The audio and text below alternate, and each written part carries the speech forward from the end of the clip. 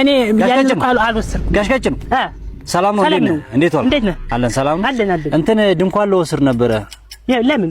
አይ ድንኳን እሱ ጋር ነው የቀሬው ብሎኝ ነበር። የቀሬው ድንኳን እኮ እኔ ድንኳን ማን ይጋር ነው እኮ አንተ ጋር ከሆነ ለወስር ነበር እኮ። እኮ ለምንድን ነው የምትወስደው? ሐዘኑን ጨርሷል። ወሰዳል። ድግስ አለኝ እኔ ጋሽቀጭም። ለድግስ ነው እንደምትወስደው? አዎ ድግስ አለኝ። አዎ የኔ ሐዘኑ መቻለቅ ገና እኮ ነው።